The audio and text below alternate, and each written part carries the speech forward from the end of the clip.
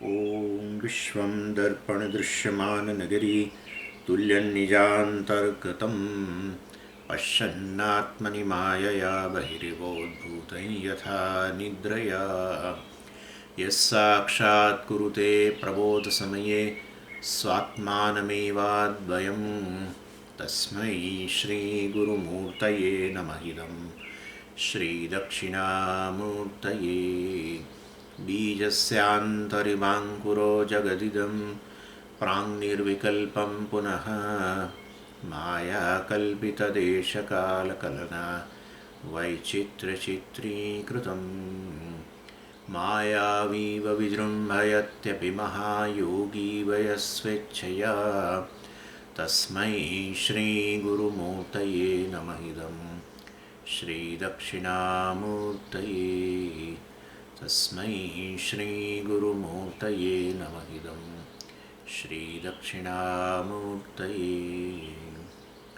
ॐ सहना भवतु सहनौ भुनक्तु सह वीर्यङ्करवावहै तेजस्विनावधीतमस्तु मा विद्विषावहै। ॐ शान्तिः शान्तिः शान्तिः। सदाशिवसमारम्भां शङ्कराचार्यमध्यमाम् अस्मदाचार्यपर्यन्तां वन्दे गुरुपरम्पराम्। ॐ 29मो श्लोक। हितं सम्प्रेप्सतां मोहात् अहितं च जिहासताम् उपायान् प्राप्तिहानार्थान् શાસ્ત્રમ ભાસયતેર્કવત। એટલે સુરેશ્વરાચાર્યજી અહીંયા એ વસ્તુ સિદ્ધ કરવાનો પ્રયત્ન કરી રહ્યા છે કર્મકાંડીઓની સામે કે વૈદિક પ્રવૃત્તિ, વૈદિક કર્મ કે લૌકિક કર્મ, આપણે બધા જે દિવસ દરમિયાન કરીએ છીએ બધા વૈદિક કર્મ એટલે યજ્ઞ વગેરે, ઉપાસના, એ કર્મો હોય કે આ બધા લૌકિક કર્મ જે આપણે કરીએ, વૈદિક અવૈદિક બંને પ્રકારના કર્મ જે છે એ કર્મની ઉત્પત્તિનું કારણ જે છે છેવટે અજ્ઞાન છે, તેમને મિથ્યા જ્ઞાન છે. અજ્ઞાન, મિથ્યા જ્ઞાન બે વસ્તુઓ છે, એ જ મુખ્ય કારણ છે. એટલે કર્મકાંડીઓ જે છે વાસ્તવની અંદર એ લોકો તો માને છે કે વૈદિક કર્મો જે છે એ તો વાસ્તવમાં એની પાછળનું કારણ મિથ્યા જ્ઞાન ન હોય, એની પાછળનું કારણ સમ્યક જ્ઞાન, યોગ્ય જ્ઞાન જે છે એ જ હોય. કારણ કે વેદ તમને કર્મોનું વાત કરતું હોય તો એની પાછળ જે કંઈ જ્ઞાન આપે એ સમ્યક જ્ઞાન જ હોવું જોઈએ. વૈદિક કર્મો પાછળ કોઈ દિવસ મિથ્યા જ્ઞાન કે અજ્ઞાન જવાબદાર ન હોય. લૌકિક કર્મોમાં બરાબર છે, લૌકિક કર્મો પાછળ તમારું જ્ઞાન, તમારું જે જ્ઞાન છે એ વાસ્તવમાં મિથ્યા જ્ઞાન હોઈ શકે, પણ વૈદિક કર્મો માટે ન હોઈ શકે. વેદ તો પ્રમાણ છે, માટે વેદ જે જ્ઞાન પ્રદાન કરે એ વાસ્તવમાં યોગ્ય જ્ઞાન હોય ને એને, અને માટે એની અને એમાંથી જે કર્મની ઉત્પત્તિ વગેરે જે થાય, અર્થાત વૈદિક કર્મો જે છે એ વૈદિક કર્મોની પાછળ સમ્યક જ્ઞાન રહેલું છે, નહીં કે મિથ્યા જ્ઞાન વગેરે. એટલે લૌકિક જ્ઞાન, લૌકિક કર્મો પાછળ જવાબદાર વસ્તુ મિથ્યા જ્ઞાન, ભ્રમ વગેરે હોઈ શકે. એટલે એની સામે આચાર્યએ કહ્યું કે વાસ્તવની અંદર કે વૈદિક જે છે વેદ પ્રમાણ છે, બરાબર છે, અને પ્રમાણ જ્ઞાન આપે એ પણ બરાબર છે. શેનું જ્ઞાન આપે? વેદ શેનું જ્ઞાન આપે? તો કે વેદ જે છે સાધ્ય અને સાધનનું જ્ઞાન આપે. જીવન સાધ્ય શું વસ્તુ છે, તમારા મનમાં જે હોય, તમારે જે વસ્તુ પ્રાપ્ત કરવાની ઈચ્છા હોય અને એ વસ્તુ તમારા માટે સાધ્ય બની જાય, તો એ સાધ્ય જે છે એનું અને એની માટેનું સાધન બંનેનું જ્ઞાન આપે. એટલે વેદ સાધ્ય સાધનનું જ્ઞાન આપે, પરંતુ વાસ્તવની અંદર એટલું જ, એનાથી આગળ વેદ કંઈ કર્મ જે છે એની ઉત્પત્તિ ન કરે, તમને કર્મ કરવાનું ન કહે. તમારા મનમાં ઈચ્છા હોય કે મારે આ વસ્તુ મેળવવી છે, તો પછી એના માટેનું જે સાધનનું જ્ઞાન તમને આપ્યું વેદે, એ તમે સાધનનું અનુષ્ઠાન કરો એ જુદી વસ્તુ છે. પણ વેદ તમને ન કહે કે તમે આ કર્મ કરો, તમારે આ સાધ્ય હોવું જોઈએ અને તમે એના માટે આ સાધન કર્મ જે છે એ અપનાવો, એવું ના કે. વેદ તો ખાલી જ્ઞાન જ આપે, સાધ્ય અને સાધન પર પ્રકાશ પાડે, બસ. એટલે અને અર્થાત વેદ જ્ઞાનનો સોર્સ છે, બરાબર છે, પણ સાધ્ય સાધનનું જ્ઞાન આપે. અને વેદ તમને એટલે કર્મની ઉત્પત્તિ વેદ ન કરે, કર્મ કરવાનું ન કે. અને વેદ જે તમને જ્ઞાન આપ્યું એ જ્ઞાન પણ કર્મની ઉત્પત્તિ ન કરે. વેદ પોતે કર્મની ઉત્પત્તિ ન કરે, વેદે તમને જે જ્ઞાન આપ્યું સાધ્ય સાધનનું એ પણ કર્મની ઉત્પત્તિ ન કરી શકે. વેદ એટલે વિદ ધાતુમાંથી બનેલો શબ્દ છે, જાણવું. વેદ એટલે જ્ઞાન રાશિ, જ્ઞાનનો ભંડાર. અને આ રીતે અનેક સાધ્ય સાધનનું જ્ઞાન તમને આપે, એનાથી આગળ કશું નહીં. એટલે હંમેશા પ્રમાણ જ્ઞાન આપે, કર્મની ઉત્પત્તિ ન કરે કોઈ દિવસ. અને આપણે જોયું છે પહેલાં સાદું લૌકિકમાં પણ આપણે જોઈ ગયા કે તમને ન્યૂઝપેપર રોજ વાંચો અને એમાંથી તમને કંઈક વસ્તુનું જ્ઞાન પ્રાપ્ત થયું કે ભાઈ આવી વસ્તુ મળે છે, તમને ન્યૂઝપેપરમાંથી ખબર પડી કે તમે ટીવી જોયું એમાંથી ખબર પડી. આ બધા જ્ઞાનના સાધનો છે, તમને જ્ઞાન આપે. પણ તેથી કરીને તમે એ વસ્તુ જે છે એ વસ્તુ, મેં તમને પ્રોગ્રામની વાત કરી હતી. કોઈક પ્રોગ્રામ તમે જાણ્યો કે આવો પ્રોગ્રામ થઈ રહ્યો છે અમદાવાદ શહેરમાં, તમે ન્યૂઝપેપરમાંથી ખબર પડી. પરંતુ એ પ્રોગ્રામમાં જવારૂપી કર્મ એ ન્યૂઝપેપર ઉત્પન્ન ના કરે. ન્યૂઝપેપરે તમને જ્ઞાન આપ્યું કે આવો પ્રોગ્રામ થઈ રહ્યો છે, બસ આ તારીખે આ સમયે આ હોલની અંદર આ પ્રોગ્રામ થઈ રહ્યો છે, થાય. અને તો તમે તો એ તમને એ હોલમાં એ પ્રોગ્રામ એટેન્ડ કરવા જવારૂપી કર્મ એ ન્યૂઝપેપર ઉત્પન્ન નથી કર્યું, ન્યૂઝપેપરે જ્ઞાન આપ્યું. તો એ કર્મ જવારૂપી કર્મ જે છે ત્યાં એટેન્ડ કરવારૂપી કર્મ જે છે એ શેના કારણે ઉત્પન્ન થાય? આપણી ઈચ્છા હોય તો. જ્ઞાન તો મળ્યું, જ્ઞાન પછી પેલું જે ઈચ્છા આપણા મનમાં હોય કે ના મારે એટેન્ડ કરવો જોઈએ આ કાર્યક્રમ, મને આનંદ આવશે કે મને મારા હિતમાં છે, જે પણ હોય મારા લાભમાં છે એવું. એટલે વાસ્તવની અંદર કર્મ એટેન્ડ કરવારૂપી કર્મ જે છે એ ન્યૂઝપેપર ઉત્પન્ન નથી કર્યું, એ આપણા ઈચ્છામાંથી ઉત્પન્ન થયું છે કર્મ. એટલે વાસ્તવમાં જ્ઞાન પ્રાપ્ત કર્યું, પણ એ જ્ઞાન ન્યૂઝપેપરે તમારામાં એ કર્મની ઉત્પત્તિ ન કરી એટેન્ડ કરવારૂપી. નહીં તો બધા જ જાત ન્યૂઝપેપર તો કેટલા બધા લોકો વાંચે છે, ગુજરાત સમાચાર કે જે પણ હોય, હજારો લાખોની સંખ્યામાં લોકો વાંચે છે. તો કે બધાએ એ પ્રોગ્રામ માટે કેમ નથી જતા? જો ન્યૂઝપેપર જ કર્મની ઉત્પત્તિ કરતું હોય, પ્રોગ્રામ એટેન્ડ કરવારૂપી કર્મની ઉત્પત્તિ કરતું હોય, તો પછી બધા જ લોકો જવા જોઈએ. બધાએ ન્યૂઝપેપર વાંચ્યું, બધાએ એ પ્રોગ્રામ જોયો અને જાણ્યો, રાઈટ? પણ બધા નથી જતા. કેમ? કારણ કે કેટલાકની ઈચ્છા જ નથી જવાની, કેટલાકની ઈચ્છા છે. એટલે ઈચ્છા જવાબદાર હોય, કામ જવાબદાર હોય કર્મ માટે. આ પ્રમાણ જે છે ન્યૂઝપેપર જવાબદાર નથી, ન્યૂઝપેપરે તમને જે જ્ઞાન આપ્યું પ્રોગ્રામનું એ પણ જવાબદાર નથી. શેના માટે? કર્મ માટે. તમારી ઈચ્છા જવાબદાર છે. એટલે આ રીતે સુરેશ્વરાચાર્યજીએ સમજાવ્યું કે કર્મ પાછળ કામ કે ઈચ્છા જવાબદાર છે, નહીં કે આ જ્ઞાનનું સાધન. જ્ઞાન પોતે જવાબદાર નથી અને જ્ઞાનનું જે સોર્સ વેદ વગેરે છે એ પણ જવાબદાર નથી, લૌકિક કર્મ હોય કે વૈદિક કર્મ હોય. એટલે ફક્ત સાધ્ય સાધન સંબંધનું જ્ઞાન આપે છે વેદ તો, અને એ જ્ઞાન પણ કર્મની ઉત્પત્તિ ન કરે, વૈદિક કર્મની ઉત્પત્તિ ન કરે, કે વેદ પોતે પણ કર્મની ઉત્પત્તિ ન કરે. પણ વેદની અંદર કેટલાક કર્મો જે કયા છે એ તો સીધું કર્મ કરવાનું કહે છે ને. સત્યમ વદ ધર્મમ ચર વગેરે, સ્વાધ્યાયાનમાં પ્રમદઃ વગેરે વગેરે. અર્થાત સત્યનું પાલન કરો, અધર્મનું આચરણ કરો, આવું સીધું કરવાનું તો કહે છે. તો તમે કેમ ના પાડો છો? ભાઈ આ બધું કરવાનું તો કહે છે, પણ કેટલાક કરે છે? જે કર્મ કરવાનું કહેતા વેદ કહે છે કરો, સત્યનું પાલન કરો, ધર્મનું આચરણ કરો, ફલાણું ઢીકણું આ કરો, બરાબર. પણ એ એવા વાક્યોથી તોય લોકો કેમ કર્મ કરતા નથી? કારણ પોતાની ઈચ્છા હોય તો કરે ને. પોતાની ઈચ્છા હોય ધર્મનું આચરણ કરવાની તો પછી ધર્મનું પાલન કરે. સત્ય બોલવાની ઈચ્છા હોય તો પછી સત્ય બોલે. એટલે જવાબદાર વસ્તુ ઈચ્છા છે કર્મ માટે, નહીં કે વેદે કહેલા આવા વિધિ નિષેધ પણ જવાબદાર હોય. વેદ તો ઘણું નાય પાડે છે તોય કરે છે, અને વેદ કેટલું કહે છે આ કરો એ નથી કરતા.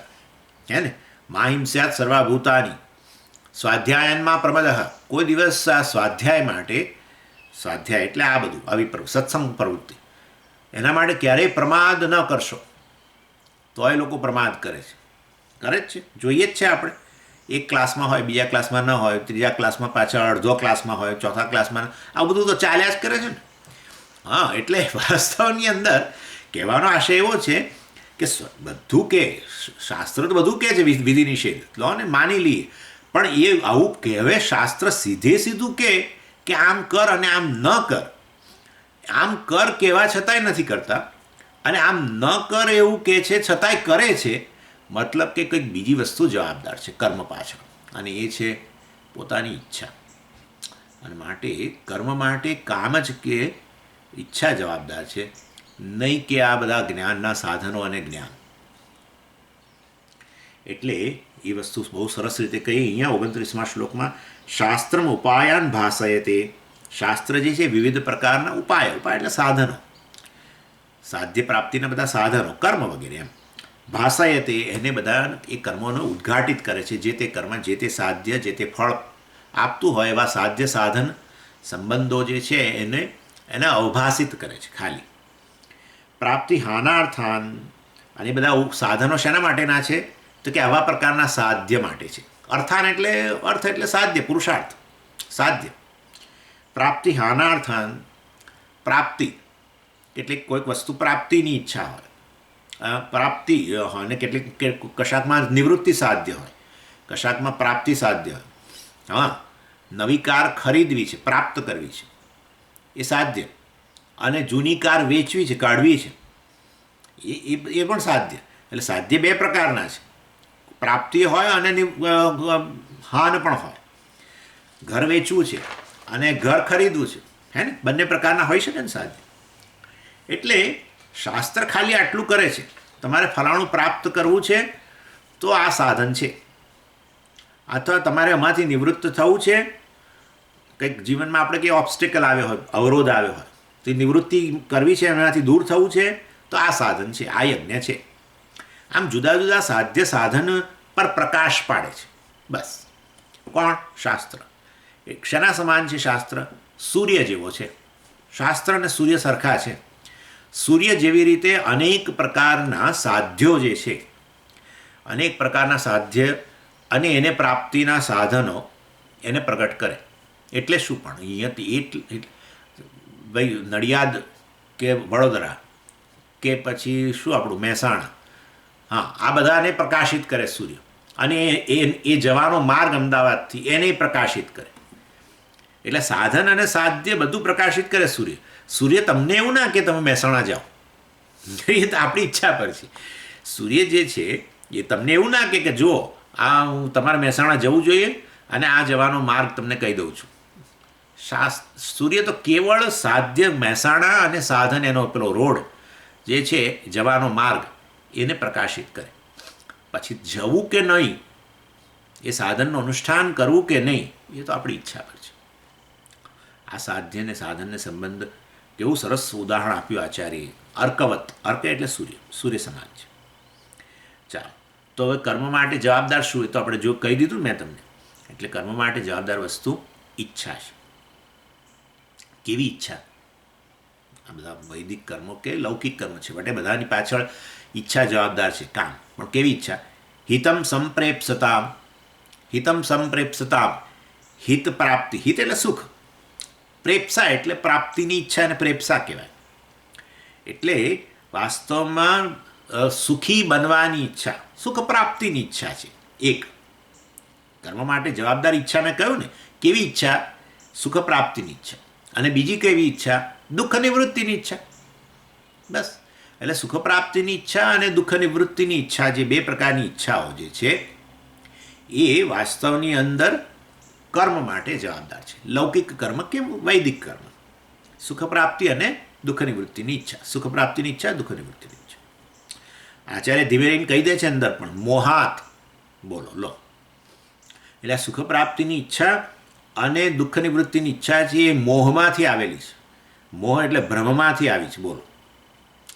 એટલે ભ્રમ એટલે મિથ્યા જ્ઞાન. એટલે મિથ્યા જ્ઞાનમાંથી આવી બે ઈચ્છાઓ આવી છે. અને એ કર્મ માટે લૌકિક કે વૈદિક કર્મ માટે જવાબદાર છે. તમારું આપણો વેદ જવાબદાર નથી કર્મ માટે, પેલી ઈચ્છા જવાબદાર છે. 2 પ્રકારની ઈચ્છા, સુખ પ્રાપ્તિ, દુઃખ નિવૃત્તિ છે. અને એ શેમાંથી આવી છે? મોહાત. એ મોહને કારણે છે, ભ્રમને કારણે છે. એટલે વાસ્તવની અંદર કેમ એને તમે એવી ઈચ્છાને કેમ તમે મોહ કહો છો? એવી ઈચ્છા એ મિથ્યા જ્ઞાનમાંથી આવી છે એવું તમે કેવી રીતે કહો છો?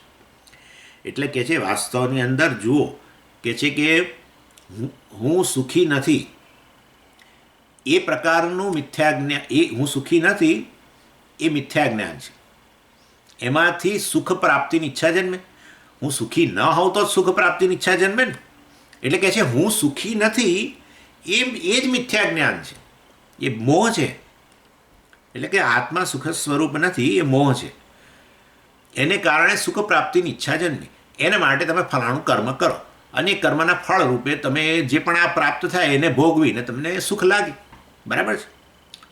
એટલે સુખ પ્રાપ્તિની ઈચ્છા જન્મેલી છે એક પ્રકારનો મિથ્યા જ્ઞાન કે ભ્રમ. શું? હું સુખી નથી.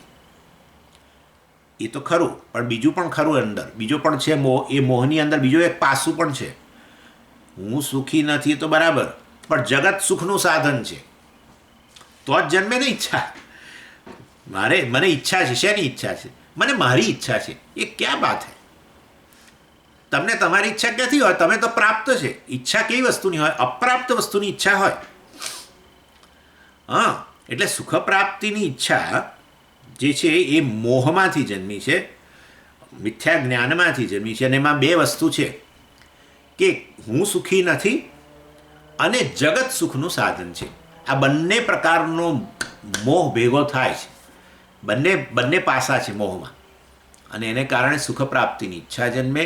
જગતના કોઈ વિષયમાં સુખ દેખાય છે મને, હું તો સુખી નથી, મારે સુખ મેળવવું છે, માટે ફલાણો વિષય જે છે બહાર જગતમાં એ પ્રાપ્ત કરીશ તો મને જરૂર સુખ મળશે. તો એ તો કંઈ તમારા હાથમાં આમ થોડો આવી જવાનો છે. નહીં સુપ્તસ્ય સિંહસ્ય પ્રવિશંતિ મુખે મૃગાહ. હા, મને એમ હોય કે અત્યારે રસમલાઈ કે રસમધુર, શું કહેવાય, રસમધુરમાં ફલાણી મીઠાઈ મળે છે અમદાવાદમાં. હું અહીંયા અમેરિકામાં બેઠા બેઠા ઈચ્છા કરું કે પેલી રસમધુરની ફલાણી મીઠાઈ છે, મને મળી જાઓ. તે કશું મળવાનું નથી. હા, સ્વામીજી અમદાવાદ આવો તો અમે તમને લઈ જઈએ, ચલો. કર્મ તો કરવું જ પડે. અપ્રાપ્ત વસ્તુની પ્રાપ્તિની જે ઈચ્છા હોય એના માટે એક જ સાધન છે, કર્મ. બેઠા બેઠા આમ જાણવાથી કે આવી સરસ વસ્તુ ત્યાં નવી મીઠાઈ બની છે રસમધુરમાં, આવું જ્ઞાન થાય એનાથી કે તમને થોડું સુખ મળી જાય, એને ભોગવવું છે તમારે, તો એ તો તમારાથી દૂર છે, અપ્રાપ્ત છે ત્યારે તમને. એટલે મોહ જુઓ તમે કેવો મોહ છે. હું સુખી નથી, જગતમાં સુખ રહેલું છે, એ મિથ્યા જ્ઞાનમાંથી ઈચ્છા જન્મી મને સુખ પ્રાપ્તિની. જગતના કોઈ વિષયમાં સુખ દેખાયું છે અને માટે એની પ્રાપ્તિની ઈચ્છા જન્મી, અને એના માટે કર્મ કરવું, એ કર્મફળ રૂપે એ વસ્તુ પ્રાપ્ત થવી. અને આ રીતે કે છે કે કર્મ માટે જવાબદાર વસ્તુ છેવટે મિથ્યા જ્ઞાન છે. અને મિથ્યા જ્ઞાન પાછળ શું જવાબદાર હોય તમે સમજી જ જાઓ છો? અજ્ઞાન. હે ને? અજ્ઞાન જ જવાબદાર હોય. હું સુખી નથી એ પ્રકારનો જે ખ્યાલ જે છે એ શેમાંથી જન્મ્યો છે? વાસ્તવમાં અજ્ઞાનમાંથી. શેનું અજ્ઞાન? આત્મા વિશેનું જ અજ્ઞાન. આત્મા વાસ્તવમાં સુખ સ્વરૂપ છે પણ નથી જાણતો. એમાંથી જન્મ્યું કે હું સુખી નથી. હું સુખ સ્વરૂપ હોવા છતાંય હું મારા માટેનો નિર્ણય એવો છે કે હું સુખી નથી. તો એટલે મિથ્યા જ્ઞાન કહેવાય, એને મોહ કહેવાય. હોય એના કરતાં વિપરીત આપણે આપણી જાતને જાણીએ ને, કે કોઈ પણ વસ્તુને જાણીએ, એને જ મોહ કહેવાય. એટલે અજ્ઞાન, મિથ્યા જ્ઞાન, ઈચ્છા, કર્મ અને પછી કર્મફળ. એટલે આ રીતે કર્મ માટે જવાબદાર વસ્તુ આ રીતે છે. ચાલો, એ તો પણ પેલી બીજી ઈચ્છા છે ને પાછી, સુખ પ્રાપ્તિની ઈચ્છા. પછી બીજી ઈચ્છા કઈ કઈ હતી મેં તમને? દુઃખ નિવૃત્તિની ઈચ્છા. એમાંય મિથ્યા જ્ઞાન જવાબદાર છે. કયું મિથ્યા જ્ઞાન? હું દુઃખી છું. હા, હું દુઃખી છું અને દુઃખ નિવૃત્તિની જરૂર છે મારે. હું દુઃખી છું અને આ કર્મ કરીશ અથવા આનો સંપર્ક કરીશ જગતમાંથી તો દુઃખમાંથી મુક્ત થઈશ. જગતમાં આ વ્યક્તિ, આ વસ્તુ, આ પરિસ્થિતિ મને દુઃખમાંથી મુક્ત કરશે. આવો પ્રકારનો એમાંય બે અંશ છે. હું દુઃખી છું અને જગતનો કોઈ વિષયની જગતની કોઈ વસ્તુ પ્રાપ્ત થઈને એ મને દુઃખમાંથી મુક્ત કરશે. એટલે અને એના માટે આ કર્મ કરીશ તો દુઃખમાંથી નિવૃત્તિ થઈશ. વસ્તુ પ્રાપ્ત કરવા માટે વળી પાછું કર્મ કરવું પડે. એટલે આ રીતે એ પણ મોહ છે. એટલે બંને પ્રકારની ઈચ્છા, સુખ પ્રાપ્તિની ઈચ્છા, દુઃખ નિવૃત્તિની ઈચ્છા, બંને પાછળ મિથ્યા જ્ઞાન જવાબદાર છે. હું સુખી નથી અને જગતમાં સુખ રહેલું છે, અથવા તો હું દુઃખી છું અને દુઃખ નિવૃત્તિ જગતના કોઈ વિષયના સંપર્કથી જશે. એટલે આમાંથી શું જન્મે? દુઃખ નિવૃત્તિની ઈચ્છા મિથ્યા જ્ઞાનમાંથી અને સુખ પ્રાપ્તિની ઈચ્છા એમાંથી કર્મ એટલે કર્મ પાછળ જવાબદાર વસ્તુ મિથ્યા જ્ઞાન છે, આવું સિદ્ધ કરી દીધું. અને મિથ્યા જ્ઞાન માટે અજ્ઞાન જવાબદાર છે. કેમ અજ્ઞાન જવાબદાર છે? ખરેખર આત્મા સુખ સ્વરૂપ છે. હા, આત્મા સુખ સ્વરૂપ છે ને જગતમાં કોઈ સુખ રહેલું નથી. પાછું એ કહી દઉં જોડે જોડે. એટલે મિથ્યા મોહ એટલે ટોટલી મોહ. મોહ એટલે પૂરેપૂરો. મોહમાં બે વસ્તુ હતી કે હું સુખી નથી અને જગતમાં સુખ રહેલું છે. વાસ્તવિકતા એ છે કે હું સુખી છું અને જગતમાં સુખ નથી. એ સિદ્ધ કરવાનું છે. તમે ચિંતા ના કરશો. હું એમને બોલ નહીં કરું. હા, સમયથી તમે બધું બોલી તો ગયા પણ તમે આ બધું સમજાવતા નથી. આત્મા આનંદ સ્વરૂપ છે. એ કઈ રીતે હું આજે સિદ્ધ કરીશ? આત્મા જ આનંદનો સોર્સ છે, બીજો કોઈ છે જ નહીં. પણ આ પહેલાં આ સમજી લેવાની જરૂર છે. માળખું સમજી લો કે અર્થાત હું સુખી નથી અને જગતમાં સુખ રહેલું છે એ એનાથી વિપરીત છે ખરેખર વસ્તુ. તો શું? હું સુખ સ્વરૂપ છું અને જગતમાં સુખ નથી. બીજું મિથ્યા જ્ઞાન કયું હતું? મોહ કયો હતો? કે હું દુઃખી છું અને દુઃખમાંથી મુક્ત થવાની જરૂર છે. વાસ્તવિકતા એ છે કે હું દુઃખથી રહિત છું અને કોઈ જગતનો વિષય મને દુઃખમાંથી મુક્ત કરી ન શકે. કારણ કે દુઃખ રહિત જ છું. દુઃખ રહિત હોઉં પછી દુઃખ દૂર કરવાની વાત ક્યાં આવી? હું કશાકથી રહિત જ હોઉં પછી એમાંથી મને મુક્ત કરવાની ક્યાં વાત આવી? ઓલરેડી મુક્ત છું. એટલે આ રીતે વાસ્તવિકતા જુદી છે અને એના કરતાં જુદું આપણે જાણીએ છીએ આપણી જાતને. માટે એને મિથ્યા જ્ઞાન કહ્યું, મોહ કહ્યું. અને એમાંથી પછી ઈચ્છા જન્મે સુખ પ્રાપ્તિ દુઃખ નિવૃત્તિની, અને એના માટે કર્મ કરીએ વગેરે. અને આમ અજ્ઞાન પોતાના વિશેનું, મિથ્યા જ્ઞાન અને એમાંથી કર્મ. આમ આચાર્યએ આ રીતે બતાવ્યું. અને પછી મેં તમને ગઈ વખતે આપણે શરૂઆત કરી હતી જોવાની કે આત્મા જે છે અનંત છે. ચાલો સુખ સ્વરૂપ એટલે શું પછી જોઈએ. આત્મા અનંત છે, એને જ બ્રહ્મ કહ્યું ને. અને એ પણ વસ્તુ મેં તમને બતાવી. અનંત એટલે શું એ પણ મેં તમને કહ્યું હતું ને કે વાસ્તવની અંદર પ્રત્યેક વસ્તુ, આ શરીર મન બુદ્ધિ બધા જે છે દૃશ્ય છે. અને વાસ્તવની અંદર હું જે છે એનો સાક્ષી છું, દ્રષ્ટા છું. ચાલો, દ્રષ્ટા કોણ હોય? ચેતન હોય. એટલે હું ચેતન છું, એ મારું સ્વરૂપ છે. અને ચેતનનું માપ કેટલું છે? શરીરનું માપ છે, મનનું પણ માપ છે. અહીંયા રહેલું છે એટલે સૂક્ષ્મ, પરંતુ એનું માપ તો છે. સૂક્ષ્મ શરીર એક સ્થૂળ શરીરમાં હોય, બહાર તો ન હોય. બહાર બીજું સૂક્ષ્મ શરીર હોય બીજાના શરીરમાં. એટલે માપ તો ખરું જ, મર્યાદિત તો ખરું જ. એટલે શરીર મન ઇન્દ્રિયો બધાનું માપ છે, બધા મર્યાદિત છે. પણ એનો જે દ્રષ્ટા ચેતન હું જો છું એનું કોઈ માપ નથી. જેનું માપ છે એ વાસ્તવમાં દૃશ્ય વસ્તુ છે. કેવી રીતે? કારણ કે માપ નક્કી કેવી રીતે કર્યું તમે માપ નક્કી કર્યું કેવી રીતે? સમજ, મને ખબર પડે જ નહીં. તો તમને ખબર પડે તો તમારા માટે દૃશ્ય થઈ કે નહીં? દ્રશ્ય વસ્તુ એટલે શું? જેનો તમને અનુભવ થાય. તો તમે ચેતનનું માપ કાઢી શકતો તો તમે ચેતનને તમે જોતા હોવા જોઈએ તો તમે એનું માપ કાઢી શકો.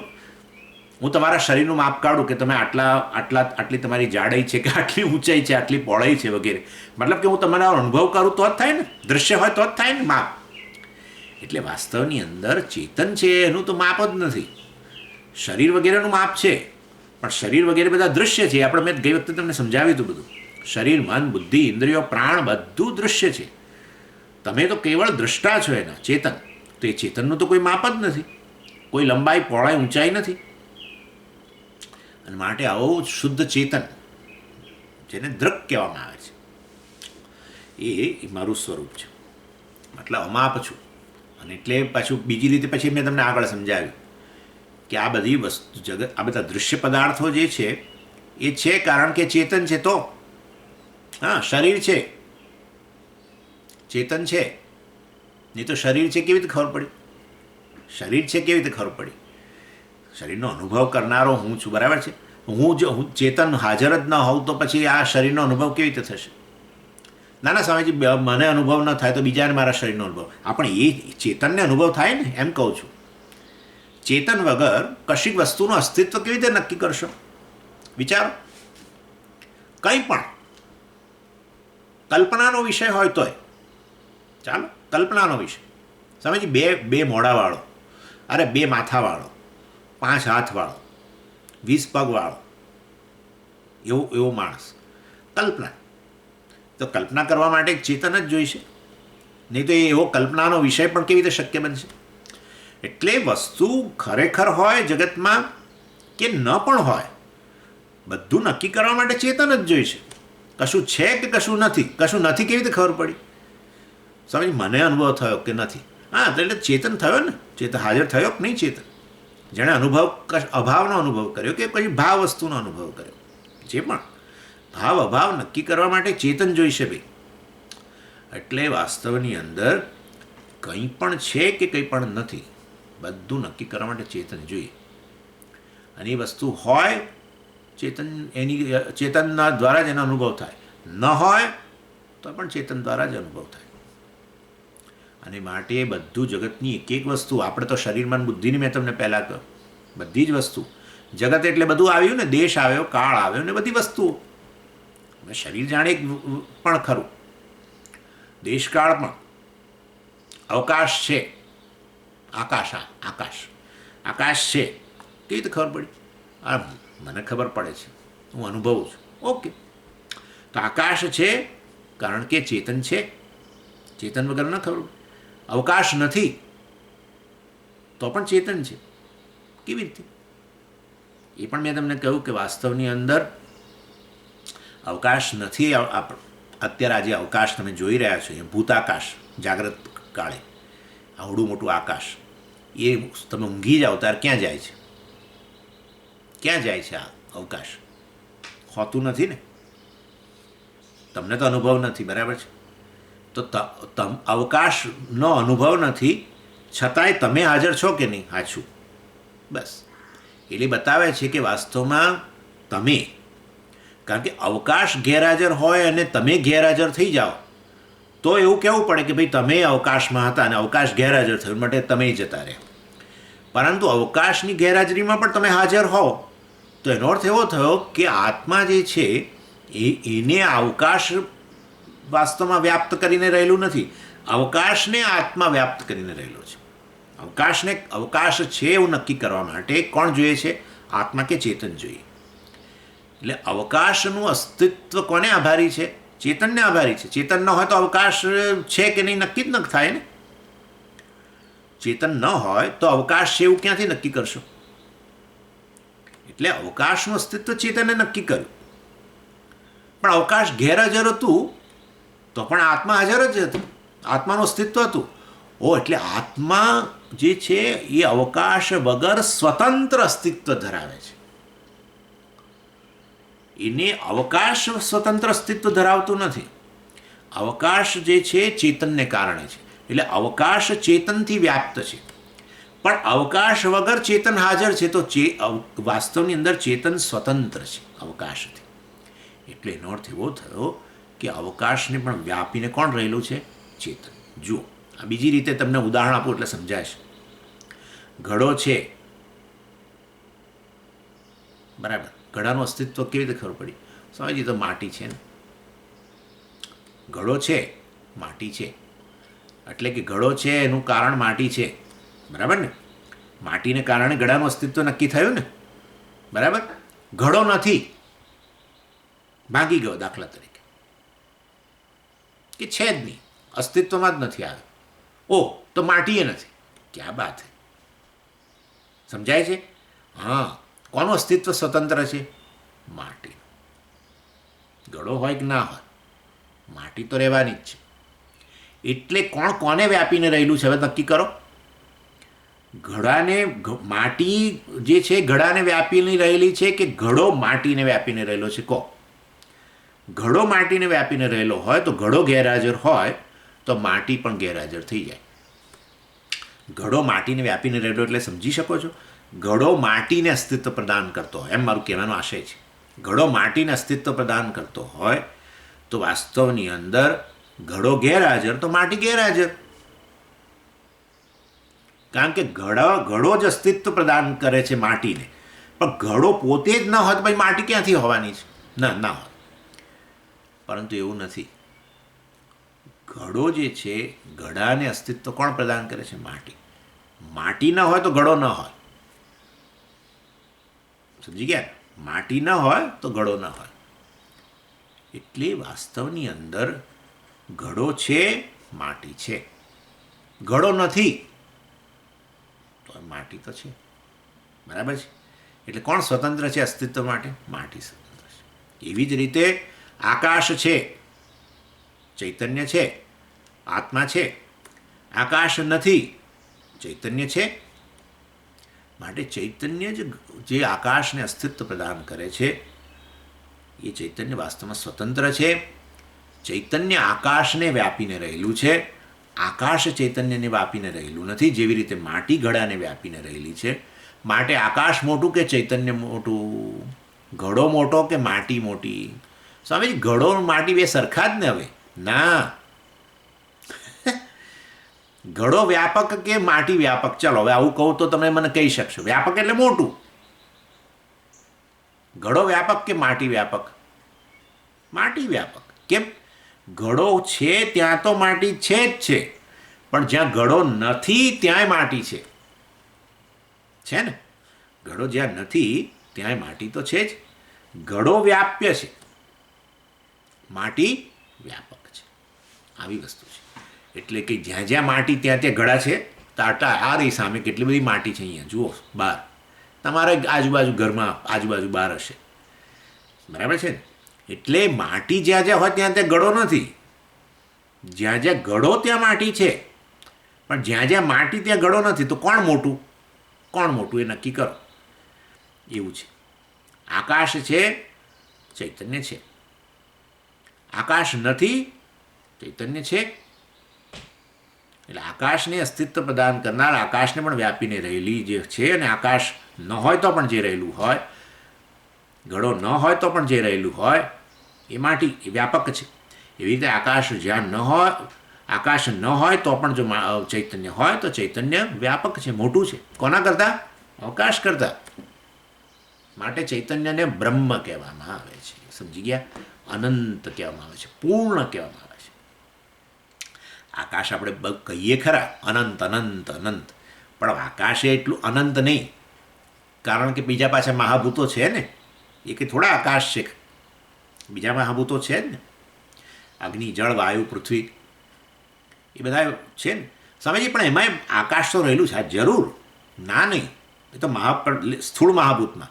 સૂક્ષ્મ મહાભૂતોમાં ક્યાં? આકાશ સૂક્ષ્મ મહાભૂત એ જેટલું એ સાચું એટલું જ વાયુ મહાભૂત, સૂક્ષ્મ મહાભૂત એ સાચું. એટલે એ બતાવે છે કે આકાશ વ્યાપક એટલે શું? પૂરેપૂરું. એનાથી અન્ય કશું હોય જ નહીં. એને જ આપણે વ્યાપક કહીએ, એને જ અનંત કહીએ, જેમાં એનાથી અન્ય કશું હોય જ નહીં. એવું તો આકાશ નથી. આકાશ એક મહાભૂત, બાકી ચાર પણ ખરા. એટલે પછી બાકી ચારનું પણ હવે અસ્તિત્વ છે. એટલે પછી આકાશ આપોઆપ નાનું બની ગયું થોડું. બરાબર ને? ભલે દેખાવામાં આમ લાગે આપણે અનંત અનંત વગેરે, અને પણ ચૈતન્ય એવી વસ્તુ છે જે ખરેખર બધાને વ્યાપી રહી છે, બધાને અસ્તિત્વ પ્રદાન કરે છે. એનાથી અન્ય ખરેખર કશું છે જ નહીં. ગળાને અસ્તિત્વ પ્રદાન કરનાર માટી જે છે, ગળા નામની કે વસ્તુ થોડી છે, માટી જ છે. એ તો અસ્તિત્વ જે પ્રદાન કરે છે માટી, તો પછી હવે ગળામાં બીજું કશું છે જ નહીં ભાઈ, માટી જ છે. એવી રીતે આ બધા મહાભૂતો જે છે જેને વ્યાપીને આ બ્રહ્મ કે ચૈતન્ય રહેલું છે. વાયુ છે, ચૈતન્ય છે. જળ છે, ચૈતન્ય છે. અગ્નિ છે, ચૈતન્ય છે. બધાનું અસ્તિત્વ કોનાથી નક્કી થાય છે? ચૈતન્યથી. ચૈતન્ય બધાને અસ્તિત્વ પ્રદાન કરે છે. એટલે કોઈ મહાભૂત ચૈતન્યને અસ્તિત્વ પ્રદાન નથી કરતું, તો બધા જડ છે. ચૈતન્યથી બધાનું અસ્તિત્વ નક્કી થાય છે. માટે ચેતન બધાને વ્યાપીને રહેલું છે. અને માટે ચૈતન્ય જે છે એ સૌથી મોટું છે, પૂર્ણ છે. પૂર્ણમદ પૂર્ણમિદમ. પૂર્ણ એટલે પૂર્ણ. એનાથી અન્ય કશું ના હોય તો જ પૂર્ણ બોલાય સાચા અર્થમાં. તો એનાથી અન્ય હોય તો પેલો આપોઆપ જ અપૂર્ણ બની ગયું. સમજી ગયા? એટલે આ રીતે આ તો સમજી શકાય એવી વસ્તુ છે, સહેજ વિચાર કરજો. અને માટે આ પૂર્ણ વસ્તુ જે છે એ આત્મા પૂર્ણ છે. આવો આત્મા પૂર્ણ છે. આ પૂર્ણતાનો જ ક્યારેક ક્યારેક અનુભવ થાય છે, એને જ આનંદ કહેવામાં આવે છે. આનંદની અંદર તમને શું લાગે છે મને કહો. જ્યારે જ્યારે આનંદ થાય ત્યારે શું? સ્વામીજી, કોઈ પ્રકારની પછી સમસ્યા રહેતી નથી. ત્યાં કોઈ પ્રકારની ઉણપ હોતી નથી, કોઈ પ્રકારનું દુઃખ હોતું નથી, કોઈ પ્રકારની મર્યાદા લાગતી નથી, કોઈ પ્રકારની પરતંત્રતા લાગતી નથી. જ્યારે જ્યારે આનંદ થાય ત્યારે આવું જ હોય છે ને. કોઈ પરતંત્રતા પણ લાગતી હોય તો પછી આનંદ ન હોય. કંઈક ઉણપ ચાલ્યા કરતી હોય કે મર્યાદા ચાલતી હોય કશીક, આપણી શરીરનો દેખાવની મર્યાદા હોય કે આપણા દાંતની મર્યાદા હોય કે જે પણ હોય, કંઈ પણ મર્યાદા તમને લાગતી હોય, આપણા વાળની મર્યાદા હોય, ધોળા થઈ ગયા છે એ સતત યાદા રહેતું હોય ને આનંદે આવતો હોય. આવું તો કોઈ દાડો હોય નહીં. કોઈ અનુભવ કર, આનંદના અનુભવમાં તમને તમારા વિશે કોઈ ઉણપ ન લાગે. એટલે આનંદનો અનુભવ જે છે એમાં આપણી જ આ પૂર્ણતા, આત્મા જે પૂર્ણ જે છે એ અભિવ્યક્ત થાય છે. મારા આત્મા જ આનંદનો સોર્સ છે, બીજો કોઈ છે નહીં. પણ ચાલો એ બધું જરા બહુ ડિટેલમાં જોવું પડશે આ વસ્તુ. એટલે આ મતલબ આત્મા પૂર્ણ છે એ પહેલાં આપણે સમજી લેવાની જરૂર છે કે આત્મા પૂર્ણ છે. અને બીજી પછી વસ્તુ હવે આગળ વધીએ એમાંથી કે પૂર્ણતાનો અનુભવ જે થાય ક્યારેક ક્યારેક જાગ્રત કાળે અને સુષુપ્તિમાં પૂરેપૂરો. સુષુપ્તિમાં તમે છો પણ તમને તમારા વિશે કોઈ મર્યાદા લાગતી નથી. સુષુપ્તિમાં તમને કોઈ તમારી ઉણપથી તમે સભાન બની ગયા સુષુપ્તિમાં તો તમે ઊંઘતા જ નથી. સાચું કહું. ઊંઘ એટલે શું કે જેમાં તમે તો હાજર છો જ નેચરલી, પરંતુ તમારા વિશે કોઈ ઉણપથી તમે સભાન નથી. કોઈ ઉણપ તમને લાગતી નથી. તો આનંદ છે કે નહીં? ઊંઘમાં આનંદ જ છે. એટલે એનો અર્થ એવો થયો કે આત્મા પૂર્ણ હોવો તો જોઈએ, કારણ કે મને સુષુપ્તિમાં એનો અનુભવ થાય છે અને જાગ્યા પછી એ ક્યારેક ક્યારેક અનુભવ થાય છે. ક્યારે થાય છે એ હું તમને હમણાં પછી બતાવું છું ક્યારે આવો અનુભવ થાય છે. પણ થાય છે ખરો કે જેમાં તમને તમારી વિશેની કોઈ અપૂર્ણતાની લાગણી કે ઉણપ કે મર્યાદા લાગતી જ નથી. તો એ બતાવે છે કે આ વસ્તુ આત્મા પૂર્ણ હોવો જોઈએ, પણ કશું કોઈક અવરોધ બને છે જેને કારણે પાછું ઉલટું મનમાં આવી જાય છે. હું દુઃખી છું વગેરે, હું સુખી નથી વગેરે મનમાં આવી જાય છે. રોજે રોજ ઊંઘી જાઉં અને ઘસાટ ઊંઘું ત્યારે મને કોઈ મારા વિશે ઉણપ કે ફરિયાદ કે કંઈ હોતું નથી. અને જાગ્યા પછી ક્યારેક ક્યારેક આવું બને છે. અને એ કેવા અનુભવો છે હવે આપણે જોઈએ. એટલે આ એક પ્રશ્ન બધાને હોય છે વેદાંતની સામે. આત્મા આનંદ સ્વરૂપ હોય તો મને આનંદનો સતત અનુભવ કેમ ના થાય? બહુ સરળ ક્વેશ્ચન છે. તમે કહો છો આ આત્મા આનંદ સ્વરૂપ છે. સ્વરૂપ હોય તો હંમેશ માટે હોય. જેમ કે અગ્નિ જે છે એ ઉષ્ણ સ્વરૂપ છે, તો અગ્નિ તો હંમેશા ઉષ્ણતાનો અનુભવ કરાવે જ છે. આત્મા આનંદ સ્વરૂપ હોય તો પછી હું હંમેશા આનંદમાં જ હોઉં ને. તો પછી હું આ દુઃખી છું એવું કેવી રીતે મનમાં આવે છે? એ જ બતાવે છે આત્મા આનંદ સ્વરૂપ નથી. આનંદ બહારથી ક્યાંકથી આવે છે. ખોટી વાત છે, તદ્દન ખોટી વાત છે. આ જ માયા છે. એટલે આ ખરેખર આપણી પોતાની જ પૂર્ણતા અભિવ્યક્ત થાય છે, છતી થાય છે સુખની ક્ષણમાં. પરંતુ મને ખબર નથી કે હું આવો પૂર્ણ છું એ મને ખબર નથી. જે નિમિત્ત બન્યું ને આ મારી પૂર્ણતાની અભિવ્યક્તિમાં જે બહારનો વિષય, વ્યક્તિ, પરિસ્થિતિ જે નિમિત્ત બની એના પર અધ્યારોપ કરું છું કે અણે મને સુખ આપ્યું, અણે મને પૂર્ણતા આપી, અણે મને આમ આપ્યું, આનંદ આપ્યો વગેરે. એટલે આત્મા વિશેનું અજ્ઞાન તો રહેલું છે અને વાસ્તવમાં ખરેખર તો હું જ પૂર્ણ છું. તો પણ એવું તે શું થાય છે કે બાકીની ક્ષણોમાં, આનંદની ક્ષણો સિવાય બાકીની જાગ્રતની ક્ષણોમાં મને મારા જ આનંદનો અનુભવ નથી થતો, હું પૂર્ણ છું એવો અનુભવ કેમ નથી થતો? કારણ કે એક ખ્યાલ ઉત્પન્ન થાય છે, એક ભ્રમ ઉત્પન્ન થાય છે. કયો ભ્રમ ઉત્પન્ન થાય છે? હું અધૂરો છું. આવો ભ્રમ ઉત્પન્ન થાય છે. મારા વિશેનો આવો ભ્રમ જ મને મારી પૂર્ણતાની સામે અવરોધરૂપ બને. હું અધૂરો છું, અપૂર્ણ છું એ પ્રકારનો ભ્રમ જ મને મારી પૂર્ણતાનો અનુભવ ન કરાવવા દે. પૂર્ણ વસ્તુ હોવા છતાં પણ આત્મા પૂર્ણ હોય તો પછી અપૂર્ણ બનવાનો પ્રશ્ન જ નથી. પૂર્ણ વસ્તુ ક્યાંય જઈ ન શકે, પૂર્ણતા જતી રહી. સમજ, પૂર્ણતા જતી રહી, આનંદ જતો રહ્યો અને હવે મને પાછી અપૂર્ણતા, હું અધૂરો બની ગયો. તમે આટલું તો સમજી જ શકો. આપણે તો સામાન્ય બુદ્ધિનો સવાલ છે આ. પૂર્ણ વસ્તુ ક્યાં જાય? ચાલો આટલું વિચારો. અનંત વસ્તુ, પૂર્ણ વસ્તુ ના સમજો તો અનંત વસ્તુ ક્યાં જાય? જ્યાં ન હોય ત્યાં જઈ શકે? જ્યાં ન હોય ત્યાં જાય. જવું એટલે શું? દાખલા તરીકે હું અત્યારે આપણે ઇન્ડિયામાં નથી, અહીંયા છું, તો હું ક્યાં જઈ શકું? જ્યાં હાજર ના હોઉં ત્યાં જઈ શકું, ઇન્ડિયા આવી શકું, બરાબર? એટલે પણ અનંત વસ્તુ જે છે, મેં તમને યાદ કરો, મેં તમને શું કહ્યું? અનંત એટલે મેં એની ચર્ચા કરી કે જે અવકાશને પણ વ્યાપીને રહેલી વસ્તુ એ અનંત છે. એ ક્યાં જાય? અવકાશ જ ક્યાં જાય? ચાલો પહેલાં વેળ સમજીએ. અવકાશ, મેં જોયું આકાશને જતા, અહીંથી છોડી અને બીજે ગયું. એ જ્યાં જવાનું છે ને ત્યાં એ હાજર છે. ક્યાં જાય? એટલે અનંત વસ્તુ હોય એ કંઈ જઈ ન શકે. એવો આત્મા અનંત હોય, સત્યમ જ્ઞાનમ અનંતમ ચર્ચા ચાલે છે ને, પૂર્ણ કે અનંત, ક્યાંય જઈ ન શકે. તો પછી વાસ્તવમાં હું પૂર્ણ છું કે અનંત છું એવો મને અનુભવ કેમ નથી થતો? કારણ કે એની સામે એક અવરોધ આવીને ઊભો રહી જાય છે.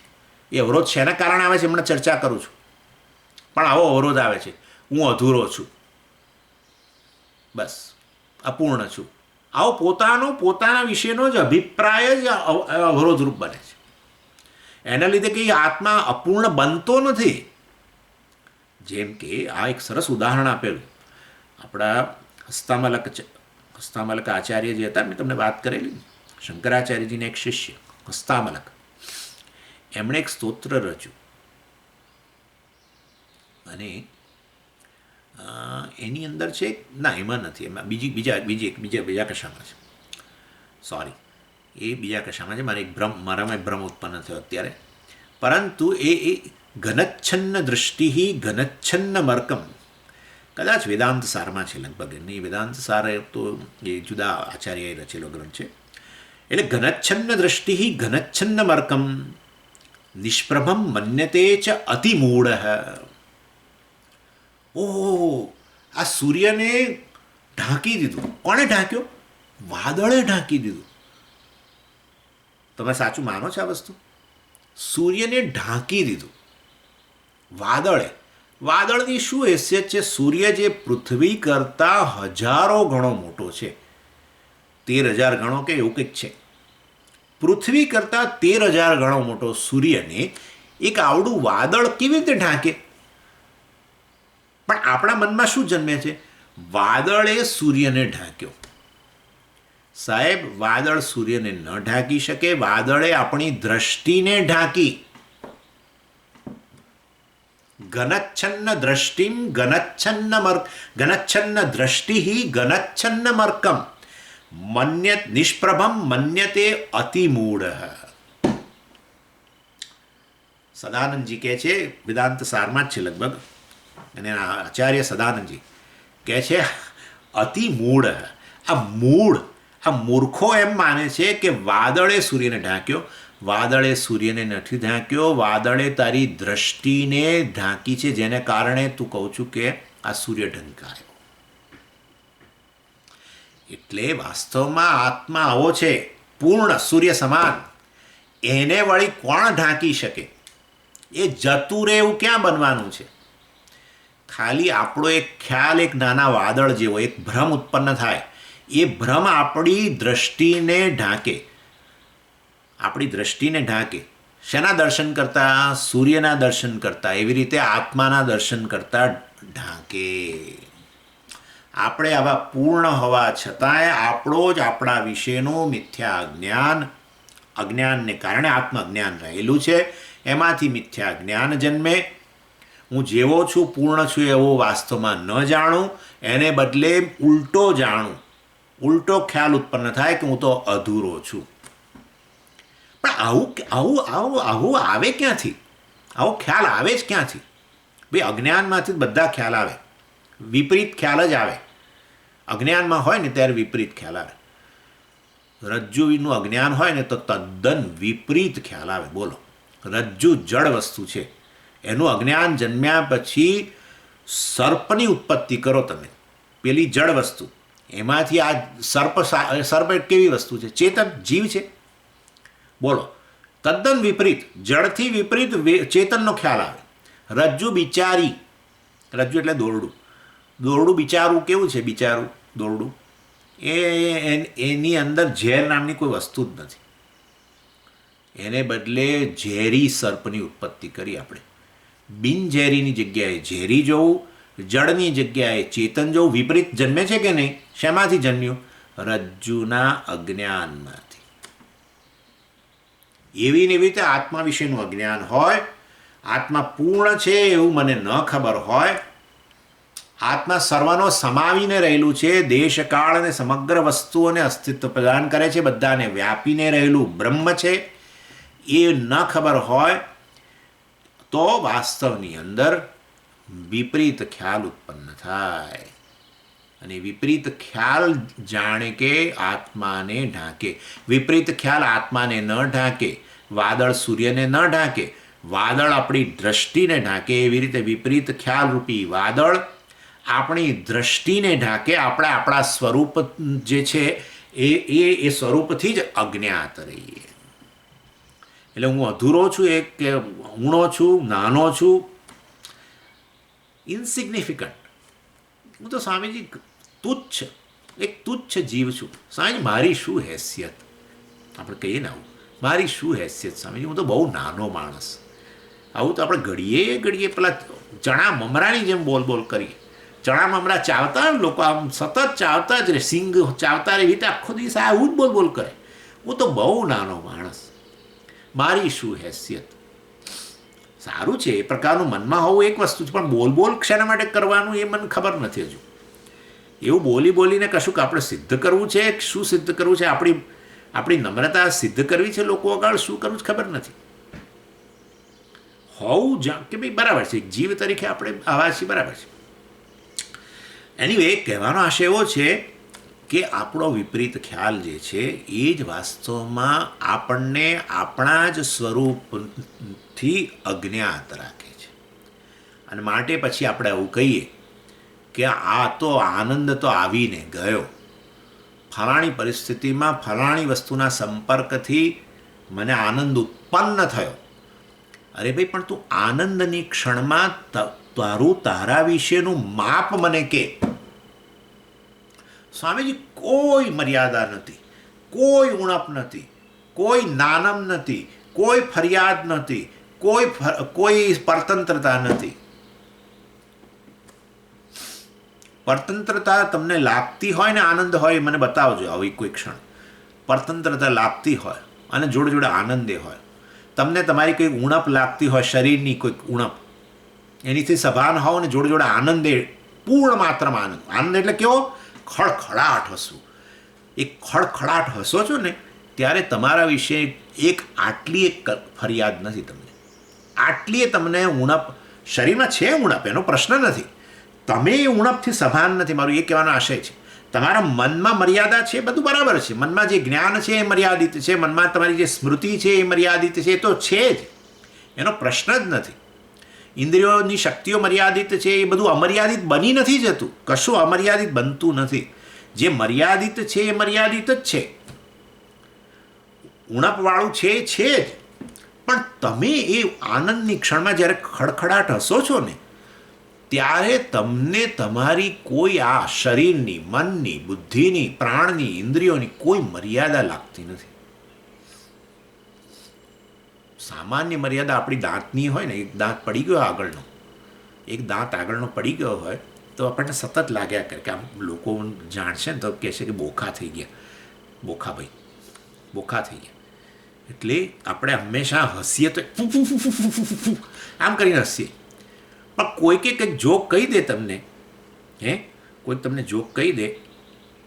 એક પત્ની એમને પેલા એમના રસોડામાં ગયા બપોરે અને ત્યાંથી બૂમ મારી, ઉઠી ગયા હોવ તો હું ચા બનાવ. પેલા પતિ એવા તાડુક્યા, શું બોલ્યા, શું બોલી? તને કેટલી વાર મેં કહ્યું કે ઉઠી ગયાને બદલે જાગી ગયા બોલ? કેમ તને નથી ખબર હું શેર બ્રોકર છું, શેર બજારમાં કામ કરું છું. આ સમજો, મને બરાબર આવડતું નથી એટલે તમે બધા લોકો બરાબર ખડખડાટ ન હશે, પણ ખડખડાટ હસ્યા હો. એ હસ્યા એ પહેલાંની ક્ષણમાં તમને કંઈક મર્યાદા હતી. આ સ્વામીજી બોલે છે ને બધું, પણ મને નક્કી મારી બુદ્ધિમાં બધું બેસતું નથી, અને એને લીધે થોડા દુઃખી થતા હતા. પણ મેં આવી જોક કહી અને એક ક્ષણે જો તમે ખડખડાટ હસ્યા હો અને ત્યારે તમને પેલી તમારી આ બુદ્ધિની મર્યાદા તમને લાગે તો તમે હસી ના શકો. જ્યારે હસ્યા ત્યારે તમે તમારી એ બુદ્ધિની જે મર્યાદા હતી એની સભાનતા જાણે જતી રહી. મનની લાગણીઓની સભાનતા કે ભાઈ અમારી લાગણીઓ મર્યાદિત છે, મારા પ્રાણ, ભૂખ તરફ સ્વામીજી મર્યાદા, મને ભૂખ ઓછી લાગે છે, આમ થાય છે, તેમ થાય છે, શરીરમાં આટલી આ મુશ્કેલીઓ છે, આમ બધી ફરિયાદોમાંથી મુક્ત થાવ તો જ આનંદની ખરેખરી ક્ષણ આવે. ફરિયાદો છે ઢગલા બંધ, એનાથી સભાને છું ને જોડે જોડે આનંદ. એ નહીં, જે ક્ષણે આનંદ એ ક્ષણે તો ફરિયાદની ક્ષણમાંથી મુક્તિ હોય જ. એનું નામ જ પૂર્ણતા. આનંદની ક્ષણમાં તમે તમારા જ સ્વરૂપનો, પૂર્ણતાનો જ અનુભવ કરો છો. આનંદનો બીજો કોઈ સોર્સ જ નથી, તમે જ સોર્સ છો. હજુ તો જોવાનું છે, આપણે તો હજુ પાશેરામ પહેલી પૂણી જોઈ છે. એનીવે, એટલે મારો કહેવાનો આશય એ છે કે આવી ક્ષણો ભગવાન જાગ્રતમાં આપે છે. આ સમજો. બીજું બધું હું તો તમને અત્યારે આ રિક્વેસ્ટ કરું છું, બધું ભૂલાઈ જશે એની ચિંતા નથી. આ વસ્તુ સમજી જશો તો જીવન તરી જશો બધી રીતે. જે અધિકારીત્વની અપેક્ષા છે આ જ્ઞાન માટેની, એ જ્ઞાન માટેનું અધિકારીત્વ આપોઆપ આવી જશે. આટલું વસ્તુ સમજાઈ ગઈ તો કે આનંદનો સોર્સ ખાલી હું જ છું, બીજું કંઈ જ નથી. અને જુઓ તમે કેટલી સ્વતંત્રતાનો અનુભવ આ આત્માના જ્ઞાન વગર કરો છો. તમે જોજો, બધી જગ્યાએ બધું માણસોય ખરા અને છતાંય સ્વતંત્ર રહેશો. હું એવું નથી કહેતો કે આવું જાણવાથી બહાર જગતમાં રસ નહીં રહે. જગતને માણસોય ખરા અને છતાંય સ્વતંત્ર રહેશો. આ જ્ઞાનના અભાવમાં જગતને માણસો ને એ માણસો ત્યારે જગત પર પરતંત્ર બનશો. જેને સુખનું સાધન માનો છે એના પર પરતંત્ર બનવાના જ છો, બનશો જ. પણ તમે સુખના સોર્સ છો અને આ બધી વસ્તુઓ તો કેવળ નિમિત્ત બને છે તમારી એ પૂર્ણતાને અભિવ્યક્ત કરવા માટે. તમારા પોતાના સ્વરૂપને છતી કરવા માટે કોઈ વ્યક્તિ, કોઈ વસ્તુ, કોઈ પરિસ્થિતિ ખાલી નિમિત્ત જ બને છે, ત્યાં નથી. સુખ ત્યાં નથી, અહીંયાથી જ અભિવ્યક્ત થાય છે. આની સ્પષ્ટતા માત્રથી જીવનમાં લગભગ 75% જેટલું. પછી તો એ રહીશું નાની વસ્તુ છે. પછી આ આચાર્ય આવીને તમને કહે તમે આનંદ સ્વરૂપ છો, તમે તરત કહો એ કંઈ હવે વધારે નહીં કહો તો ચાલશે, સમજી જશો. હા, એટલે બહુ મોટી વસ્તુ છે આ. પણ સ્વામીજી વાર લાગે સમજતા, તો હું ક્યાં ના કરું છું, પણ આ સમજવું બહુ જ આવશ્યક છે આ વસ્તુ. અને એના માટેના તમારા પૂર્વના અનુભવો અને હવે અનુભવ અને આનંદમાં થાય, ત્યાં આનંદના અનુભવ થાય એની વિશ્લેષણ કરતા રહેજો. એટલી સભાનતા રાખજો, એટલા એલર્ટ રહેજો કે હવેના આનંદની ક્ષણોની અંદર શું થાય છે જુઓ. તમે કેવા છો આનંદની ક્ષણમાં એ તરફ એ જોજો જરા, બસ.